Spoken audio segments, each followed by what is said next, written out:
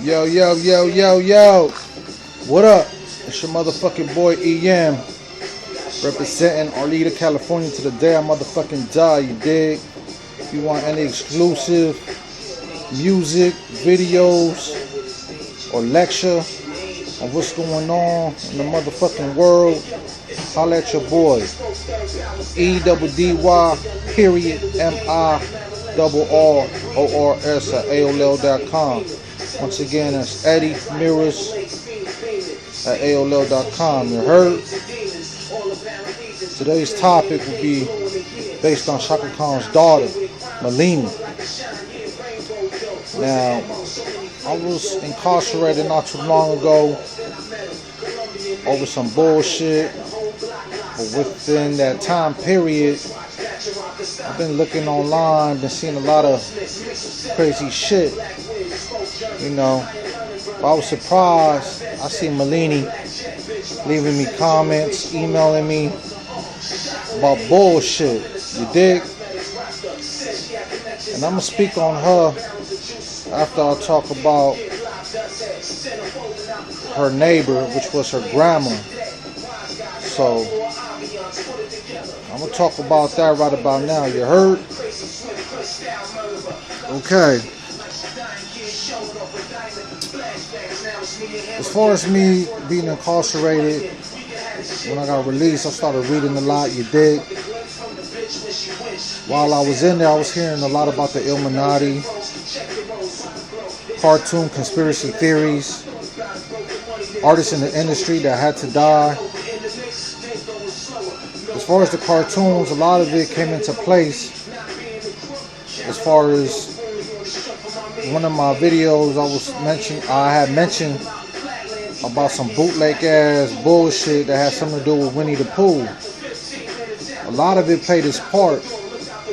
The one that really shocked me the most was the Lion King, because this nigga D, which is Chaka Khan's son, I advise you, had a Lion King tattoo on his fucking arm. So a lot of that shit had to do with a lot of unexplained facts that I needed to recover while I was in there, and I needed to do like some research as far as self-knowledge, you heard? A lot of this shit still is confusing to me, you know, but I'm still in the process of gathering all my sources together and figuring out the facts, you heard? The grandma, which was named Sandra Coleman, Damian Harlan, Chaka Khan, and Milini had numerous weird characters to each other. They was all pretty much twisted up in the motherfucking mind, you dig? Milini was always the only one out of the whole bunch that was different. Not to say that the hoe was an angel, but the crazy ass bitch had no spooky shit going on in her fucking dirty ass apartment. I don't know if it was a fucking cover up. I didn't even know if she tried to pull like some slick shit as far as hiding shit from everybody. But Milini, she had a daughter. Milini's daughter was Shamaya. She was very young at the time when I was around during that time period. She was living with her at a small ass apartment, you dig? But I wasn't too sure if Milini would pull some slick shit as far as, you know, sneaking next door to her grandmother's house certain days out of the fucking week while putting her daughter to sleep, doing some voodoo or some witchcraft nonsense, masonry rituals to the statues they had locked up in the grandma's attic. Now, when I talk about these little particular statues, it was kind of like some haunted objects that the grandmother had upstairs from her house, you dig? This is Sandra Coleman, I advise you, which is Milini's grandmother. I only been in the attic one time only, you dig? I kind of consider that shit aliens in the attic, because dealing with these sick freaks it was pretty much confusing to me at times, you dig? Me and D, we shared, you know, some war stories up there for like 30 minutes or something. It was like a little school desk up there though. A little ass desk up there with a lot of shit around it. But the shit that was around it was covered up in blankets. It could have been paintings, art crafts, or some junk that needed to be moved, or some motherfucking junk that the grandma didn't want to be seen at the time being. Now, this fucking desk I'm talking about was messy as fuck. A lot of fucking dust was around it. They had niggas fucking sneezing.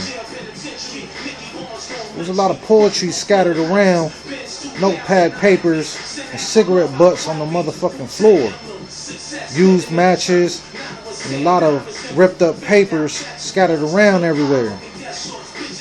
Around this fucking small ass attic. He had found a paper folded up inside the desk. There was a little bit of weed inside of it. He had an old drawing on it, as far as this paper I'm talking about, that was folded up. There was a drawing of a Thundercat's face. Now, if y'all don't know who the fuck Thundercats was, it was like an old ass cartoon from like 28 years ago, or even longer than that. But besides all of that, he had a drawing of the motherfucker face that was on the paper. A mean face at that with orange hair, with symbols on top of the paper. But it was raps on it whatsoever, so the raps was pretty much written over the Thundercat's face. D was telling me that he ain't been up there in many years, ever since him and his grandma got in a big ass argument they had, and he pretty much got the boot. But before he got the boot, you know, he got to reading to me his fucking raps and rolling up a skimpy ass joint at the same time. A pinhead joint that he was rolling up and talking about the shit that he had going on with himself. After he finished rolling up this fucking piece of shit joint, we went downstairs to the back house that was in the grandma's backyard next to her house in the back.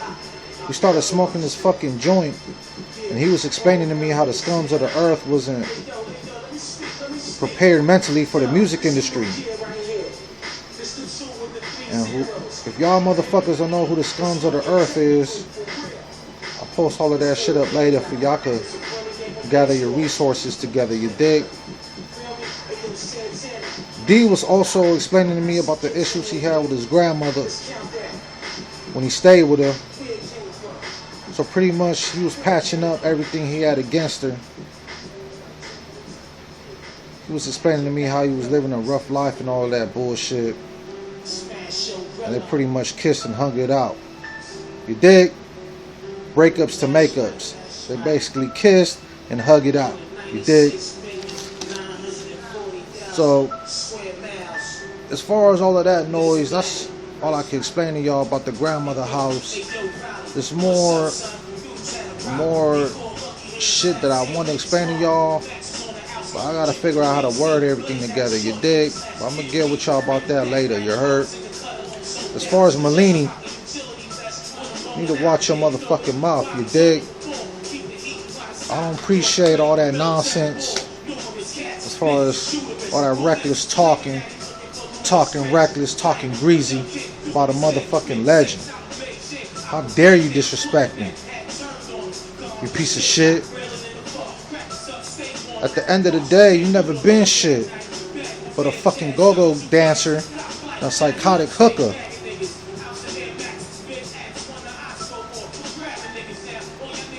The shit that's funny as fuck to me, y'all motherfuckers is trying to hide the real, you know what I'm saying? You motherfuckers is trying to hide what's going on with y'all motherfucking selves, you know what I'm saying? As far as Milini, me and you know you ain't shit. You ain't shit but a fucking fat horse. And as far as you threatening me about getting lawyers involved, getting LAPD involved, you, the lawyer, and the LAPD could suck my motherfucking dick. Because I ain't going anywhere. I'm not going anywhere at all. So the more you talk shit, the more I'm gonna post up shit. But besides all of that bullshit, the shit that's like pretty much confusing to me is about the rituals and all of that. You know what I'm saying? The rituals, like, I never seen Milini do any of that shit. I already explained that to y'all earlier. As far as that, I know the grandma she played a big part in the Freemasonry and all of that shit. You know what I'm saying? But the grandmother was nothing but a fucking fat treasure trove herself. You dig? As far as this Milini comment, when you was talking about my mother's bald-headed, my mother's not bald-headed at all. My mother got long, curly hair, longer than mine and yours put in together. You crazy slut. And as far as mothers being bald-headed, your mother been bald-headed for a long time. She been wearing wigs for the last 40 years. So you can suck my hairy ass balls.